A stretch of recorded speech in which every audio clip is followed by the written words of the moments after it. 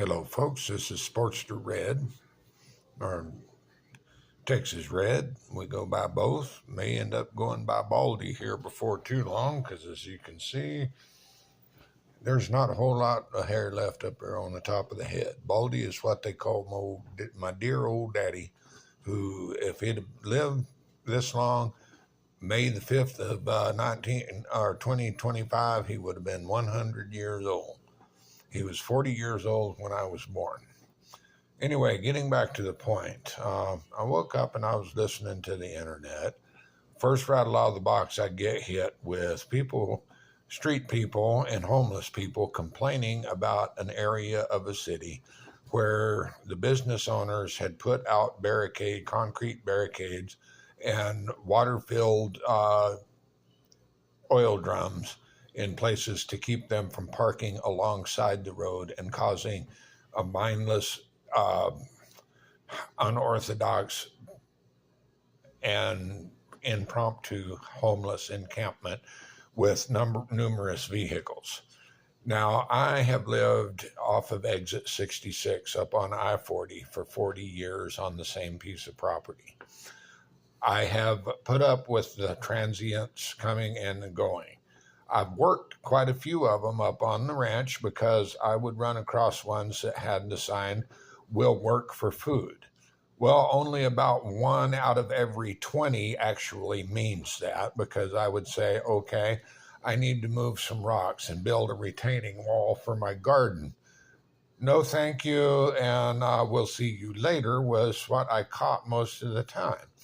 But every once in a while, I would run across that rare gem that would say, yeah, I'll do anything for a meal, a pair of clean socks, and a place to wash up. And I had several guys that would come in, and they would make it a point when they were back up in this area. They would let me know, and we would let them work for food and shelter and the accommodation of warm, hot, clean water to bathe and refresh themselves in. I even had one man that was an amputee like me, that very few times would he ever have anything to do with other people, but we met, and Sonny became a very good friend of mine, and he would visit me once every year up until the time that I got from one of his road buddies that he was dead. Now, going back to the deal of homelessness, most people that I've talked to a lot of the transient and the lifestyle that these people keep is a matter of choice. Most of them will tell me that anyone can be homeless, but generally only for about the first 6 months to a year, because we have institutions such as churches. The clergy will reach out, they will give food and aid, render shelter, give clothing out to people. I had one guy come up to the exit where we were at that was refused to go to the local church and seek of help, because when he hit the exit up there, the first thing he did was break into our little community church and help himself to the food boxes and the refrigerator that was meant for anybody. But he literally admitted to me that he had robbed the church. I didn't report him at the time, but I probably should have. But hindsight is 2020. Most of these people choose to be in the lifestyle if they're into it more than a year, because you can be given a hand up instead of a hand out. Attitude, I have found, is one of the reasons that people stay homeless. It's also a lifestyle choice. Most of them, like I say, will have either a mental reason, mental illness, or they just like the fact that they are not asked to meet a better standard, is basically what it boils down to. Now, I ran a deal. I live on $1,000 a month, and that's roughly $12,000 a year. That's way below the poverty line. And I realize the standard of living where I'm at is really inexpensive comparatively. But out of that $1,000, I was making a $250 a month payment on my land.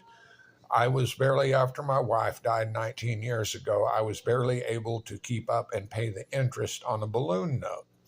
The balloon note came due 15 years after its inception, and I owed almost as much against the property as I had borrowed.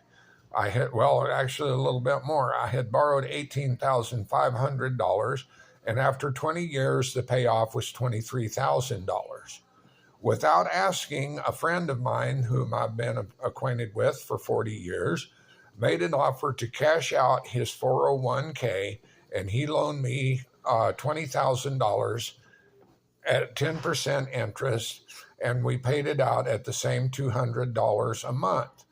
I was thinking that I had been paying him for 10 years when we finally got him paid off, and he told me, no, Red, you paid me off in 5 years. So he considered that well and good.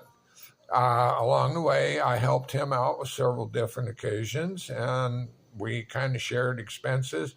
Once Biden got into office, we really got into trouble because the cost of living quadrupled. I'm hoping that we'll get better off. But like I say, homelessness is a conscious choice. And those who like that lifestyle, I believe, are freeloaders and not worth the time of day, because we have people that sit on the exit up here with their sign, "We'll work for food," or every one of them is an American veteran. And you talk to them, and none of them have any idea about what being a veteran is. They bring their children into it. That's a real good deal. Expose your children to teach them how to beg and be a burden on society at a very young age. I'm sorry, but there's too much out there. I mean, you can pick up trash along the side of the highway and eke out a living. I mean, there are places that you can go where the cost of living isn't 3 or 4 times higher than the other. But that's what we're having a problem with, because I live 20 miles away from Kingman, and we have the same people showing up with the signs. And I know for a fact, I recognize them and their vehicles. They're every other week, and they live 2 or 3 miles away from that exit. How in the hell could you righteously hold your head up in that community when you're relying on the conscience and the good-natured people of all of your neighbors for your every whim, and then you're sitting there begging, smoking tailor-made cigarettes, drinking a soda pop or a can of beer, and then the first thing when you get $20 in your pocket, you go spend it on a bag of dope. I'm sorry, but this is beyond my comprehension, and I won't tolerate it. I've been known to politely ask people to not be a part of our community on a time or two because of their actions. I've intervened when a male transient was threatening 2 or 3 other female transients. I asked him and politely invited him to leave, and to leave right now. That my community was not going to put up with that type of horse shit. So there are a few of us up here that are like-minded, but I'm the asshole because I've got nothing to lose, and I will speak my mind to anybody, anytime, whether they want to hear it or not. That's just the type of person that I am. So anyway, this is just a little bit of my reflections on bullshit philosophy that I thought I'd try to get through to you guys. Again, like my dad said, some are wise and some are otherwise, and there are a whole lot more otherwise in this world now that everybody is accepting defeat and mental illness and everything as normal traits of modern society. We need to get back a little bit more of a sense of morality and a good dose of common sense back in this new world. I'm sorry, but that's just the way I feel. Thank you. This is Texas Red from the hospital bed in Glendale, Arizona.